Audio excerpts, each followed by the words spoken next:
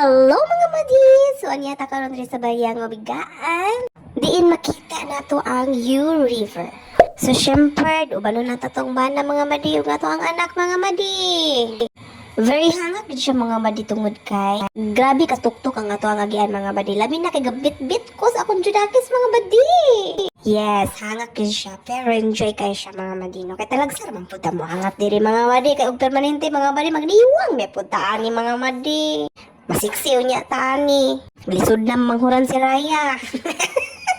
Gabagod jud taon na kung bana anak mga madi. Uy, kay lisod pud mga madi na agi tanan na mo mga gamit na mga madi. Ug mao gyud ni siya ang ato ang makita mga madi nindot na jud kayo pagmamuta ta diri sa ibabaw mga madi ni grabe na jud kayo makapdako lagi kay ginhawa ta mga madi tungod kay nindot kayo ang view mga madi. Pwede na to isagit diri ang atong tanang problema mga madi labi na kay daghang kay tagutang mga madi.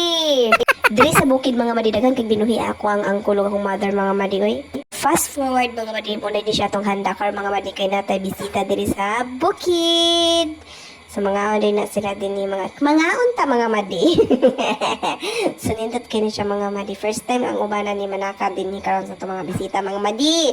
Ato big time nga mga bisita mga madi. Tanan. Yun lang.